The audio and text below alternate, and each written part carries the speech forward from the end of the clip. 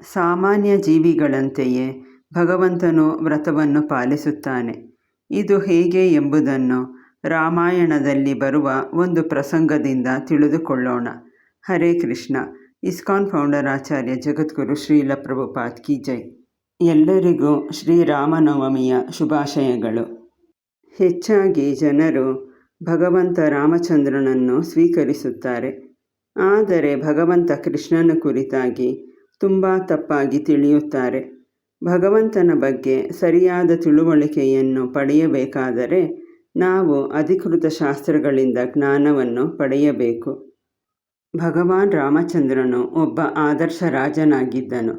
ಆ ಕಾಲದಲ್ಲಿ ರಾಜರು ಒಬ್ಬಳಿಗಿಂತ ಹೆಚ್ಚು ಪತ್ನಿಯರನ್ನು ವರಿಸುತ್ತಿದ್ದರು. ಶ್ರೀರಾಮಚಂದ್ರನ ತಂದೆ ದಶರಥ ಮಹಾರಾಜನು 3 ಜನ ಪತ್ನಿಯರನ್ನು ಸ್ವೀಕರಿಸಿದ್ದನು. ಆದರೆ ಶ್ರೀರಾಮಚಂದ್ರನು ಏಕಪತ್ನಿ ವ್ರತವನ್ನು ಸ್ವೀಕರಿಸಿದ್ದನು. ಅಂದರೆ ಒಬ್ಬಳನ್ನು ಮಾತ್ರ ಪತ್ನಿಯಾಗಿ ಸ್ವೀಕರಿಸುವುದಾಗಿ ಮತ್ತು ಯಾವುದೇ ಅನ್ಯ ಸ್ತ್ರೀಯರೊಂದಿಗೆ ಯಾವುದೇ ರೀತಿಯ ಸಂಬಂಧವಿಟ್ಟುಕೊಳ್ಳದ ವ್ರತವನ್ನು ಸ್ವೀಕರಿಸಿದ್ದನು.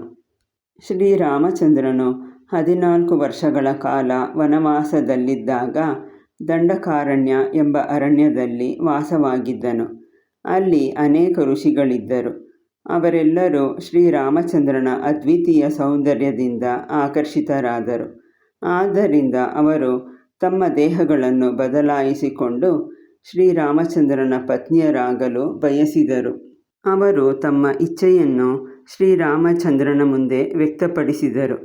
ಆದರೆ ಶ್ರೀರಾಮಚಂದ್ರನು ಏಕಪತ್ನಿ ವ್ರತವನ್ನು ಸ್ವೀಕರಿಸಿದ್ದರಿಂದ ಸೀತಾದೇವಿಯೊಬ್ಬಳೇ ನನ್ನ ಸಂಗಾತಿ ಎಂದನು. ಆದರೆ ನಾನು ಮುಂದಿನ ಜನ್ಮದಲ್ಲಿ ನಿಮ್ಮ ಆಸೆಯನ್ನು ಪೂರೈಸುತ್ತೇನೆ ಎಂದು ಹೇಳಿ ಅವರನ್ನು ಸಂತೈಸಿದನು. ನಂತರದಲ್ಲಿ ದ್ವಾಪರಯುಗದಲ್ಲಿ ಶ್ರೀರಾಮನೇ ಶ್ರೀಕೃಷ್ಣನಾಗಿ ಆಗಮಿಸಿದಾಗ ದಂಡಕಾರಣ್ಯದ ಋಷಿಗಳು ಬೃಂದಾವನದಲ್ಲಿ ಗೋಪಿಯರಾಗಿ ಜನಿಸಿ ಶ್ರೀಕೃಷ್ಣನ ಸಂಘವನ್ನು ಪಡೆದರು. ಇವರೊಂದಿಗೆ ಆಧ್ಯಾತ್ಮಿಕವಾಗಿ ಅತ್ಯುನ್ನತ ಸ್ತರದಲ್ಲಿದ್ದ ಬೇರೆ ಜೀವಿಗಳು ಸಹ ಗೋಪಿಯರಾಗಿ ಜನಿಸಿದರು. ಈ ಚಿತ್ರದಲ್ಲಿ ನಾವು ನೋಡುತ್ತಿರುವಂತೆ ಕೃಷ್ಣನು ಅಸಂಖ್ಯವಾದ ಸಂಖ್ಯೆಯಲ್ಲಿ ತನ್ನನ್ನು ವಿಸ್ತರಿಸಿಕೊಂಡು ಪ್ರತಿಯೊಬ್ಬ ಗೋಪಿಯ ಜೊತೆ ನೃತ್ಯವನ್ನು ಮಾಡಿದನು. ಇದು ಕೃಷ್ಣನ ಅಚಿಂತ್ಯ ಶಕ್ತಿಯಾಗಿದೆ. ಹೀಗೆ ಶ್ರೀಕೃಷ್ಣನು ದಂಡಕಾರಣ್ಯದ ಋಷಿಗಳ ಆಸೆಯನ್ನು ಪೂರೈಸಲು ವೃಂದಾವನದ ಗೋಪಿಯರ ಸಂಘವನ್ನು ಮಾಡಿದನು. ಆದರೆ ಶಾಸ್ತ್ರಜ್ಞಾನವಿಲ್ಲದೆ ಜನರು ಭಗವಂತ ಕೃಷ್ಣನನ್ನು ತಪ್ಪಾಗಿ ತಿಳಿಯುತ್ತಾರೆ. ಆದ್ದರಿಂದ ನಾವು ಅಧಿಕೃತ ಭಕ್ತರಿಂದ ಕೃಷ್ಣನ ಕುರಿತಾಗಿ ಶ್ರವಣ ಮಾಡಬೇಕು. ಇದರ ಜೊತೆಯಲ್ಲಿ ನಾವು ಶ್ರದ್ಧೆಯಿಂದ ಹರೇ ಕೃಷ್ಣ ಮಹಾಮಂತ್ರದ ಜಪವನ್ನು ಮಾಡಿದರೆ ನಮಗೆ ಭಗವಂತನ ಬಗ್ಗೆ ಸತ್ಯಾಂಶವನ್ನು ಅರಿಯಲು ಸಾಧ್ಯವಾಗುತ್ತದೆ. ಇನ್ನೊಂದು ವಿಷಯ, ಭಕ್ತರು ಅನೇಕ ವ್ರತಗಳನ್ನು ಸ್ವೀಕರಿಸುವಂತೆ ಭಕ್ತವತ್ಸಲನಾದ ಭಗವಂತನು ಒಂದು ವ್ರತವನ್ನು ಸ್ವೀಕರಿಸುತ್ತಾನೆ.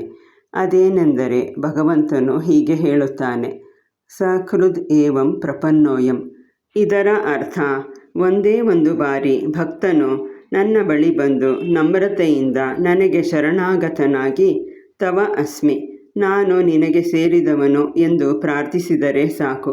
ಅವರಿಗೆ ನಾನು ಸಂಪೂರ್ಣವಾಗಿ ರಕ್ಷಣೆಯನ್ನು ಕೊಡುತ್ತೇನೆ ಎಂದು ಭಗವಂತನು ಹೇಳುತ್ತಾನೆ. ಇದು ನನ್ನ ದೃಢ ಸಂಕಲ್ಪ, ನನ್ನ ವ್ರತ ಎಂದು ಭಗವಂತನು ಹೇಳುತ್ತಾನೆ.